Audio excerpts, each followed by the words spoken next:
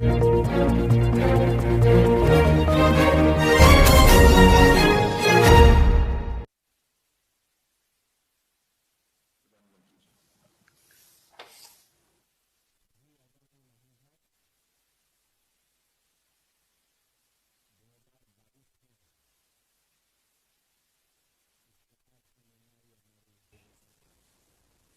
Meeting है 2022 की।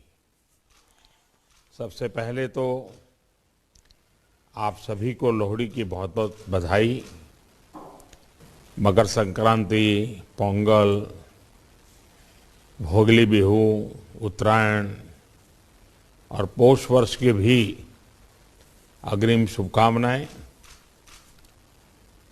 100 साल की सबसे बड़ी महामारी से भारत की लड़ाई अब तीसरे वर्ष में प्रवेश कर चुकी है। परिश्रम हमारा एकमात्र पथ है और विजय एकमात्र विकल्प। हम 130 करोड़ भारत के लोग अपने प्रयासों से कोरोना से जीतकर अवश्य निकलेंगे। और आप सबसे जो बातें मैंने सुनी हैं उसमें भी वही विश्वास प्रकट हो रहा है। अभी ओमिक्रॉन के रूप में जो नई चुनौती आई है,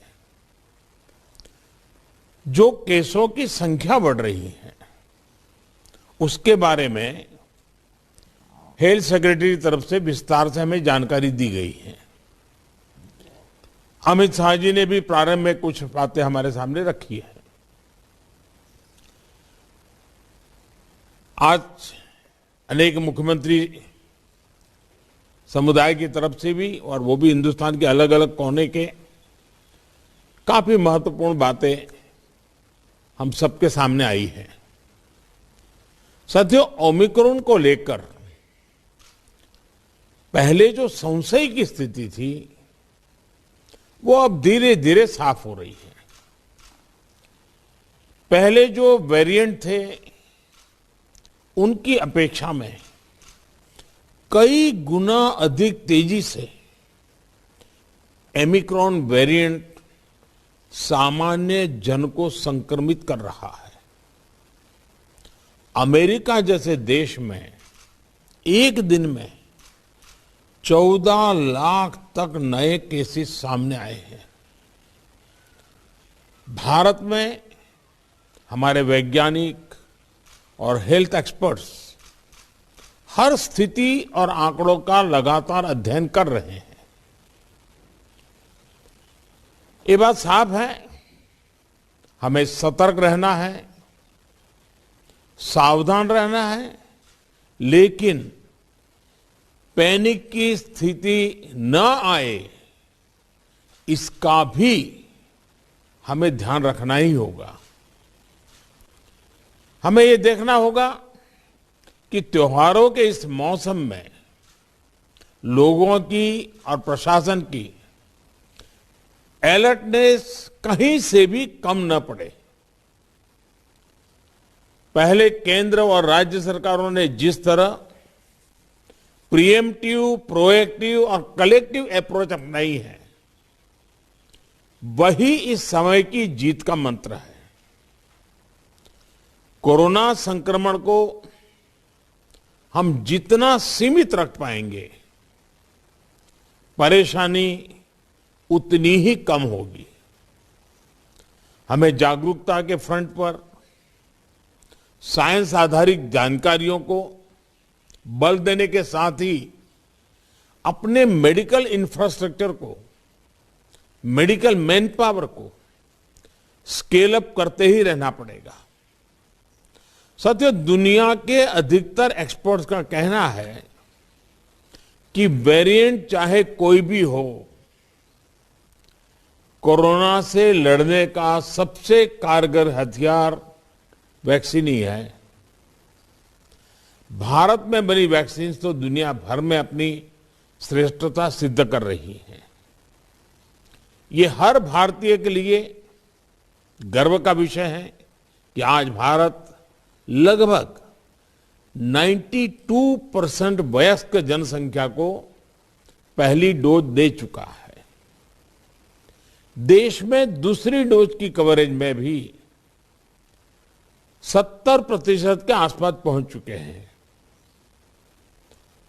और हमारे वैक्सीनेशन अभियान को 1 साल पूरे होने में अभी भी 3 दिन बाकी है। 10 दिन के भीतर ही भारत अपने लगभग 3 करोड़ किशोरों का भी टीकाकरण कर चुका है। ये भारत के सामर्थ्य को दिखाता है, इस चुनौती से निपटने की हमारी तैयारी को दिखाता है। आज राज्यों के पास पर्याप्त मात्रा में वैक्सीन उपलब्ध है। फ्रंटलाइन वर्कर्स और सीनियर सिटीजन्स को प्रिकॉशन डोज जितनी जल्दी लगेगी उतना ही हमारे हेल्थ केयर सिस्टम का सामर्थ्य बढ़ेगा। 100% टीकाकरण के लिए हर घर दस्तक अभियान को हमें और तेज करना है।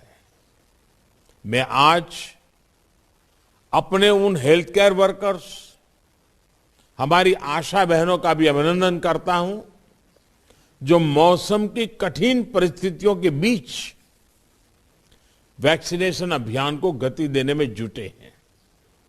साथियों, टीकाकरण को लेकर भ्रम फैलाने की किसी भी कोशिश को भी हमें टिकने नहीं देना है।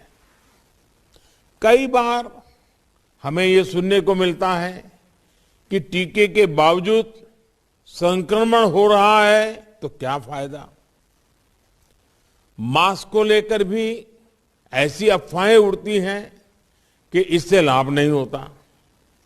ऐसी अफवाहों को काउंटर करने की बहुत जरूरत है। साथियों, कोरोना से इस लड़ाई में हमें एक और बात का बहुत ध्यान रखना होगा। अब हमारे पास कोरोना से लड़ाई का 2 साल का अनुभव है।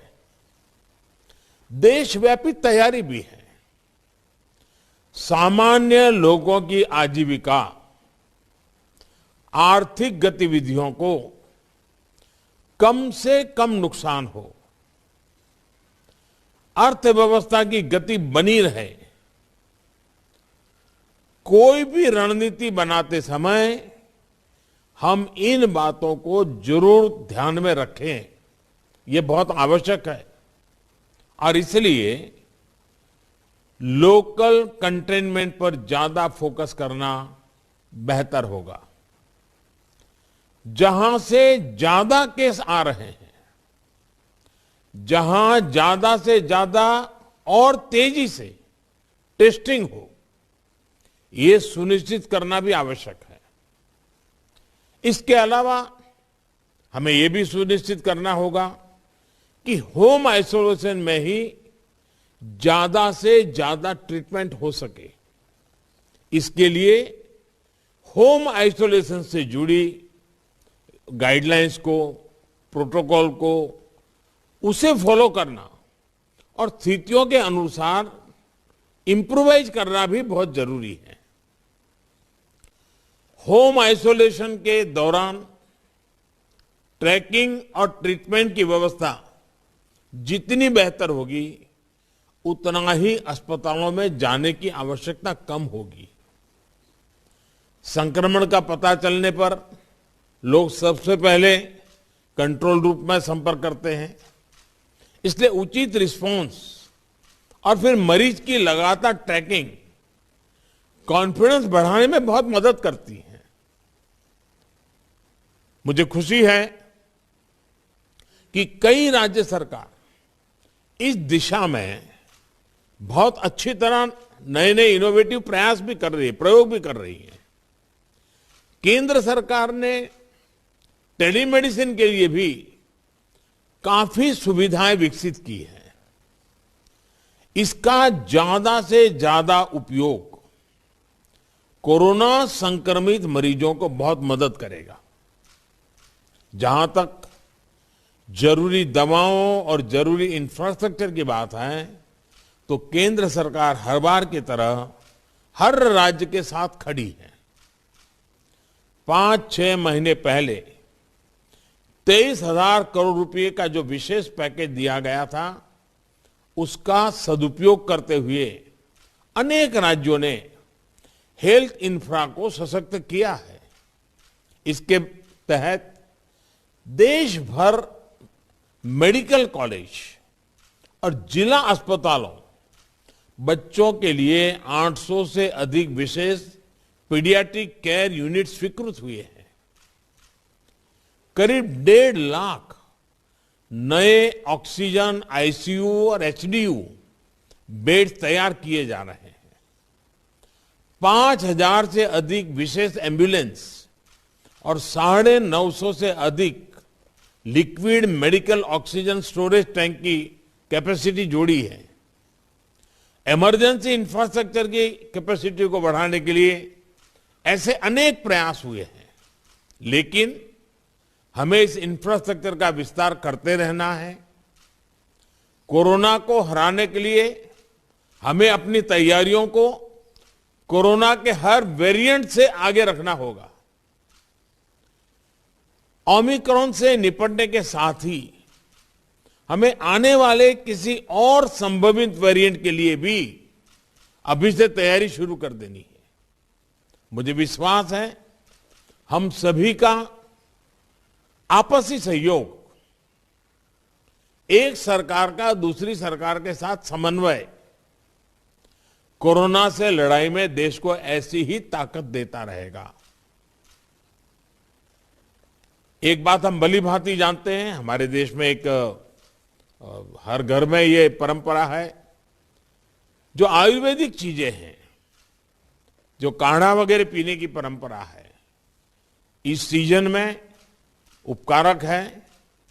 इसको कोई मेडिसिन के रूप में नहीं कहता है, लेकिन उसका उपयोग है। और मैं तो देशवासियों से भी आग्रह करूंगा कि ये जो हमारी परंपरागत घरगथ्थू जो चीजें रहती है, ऐसे समय उसका भी काफी मदद मिलती है, उस पर भी हम ध्यान केंद्रित करें।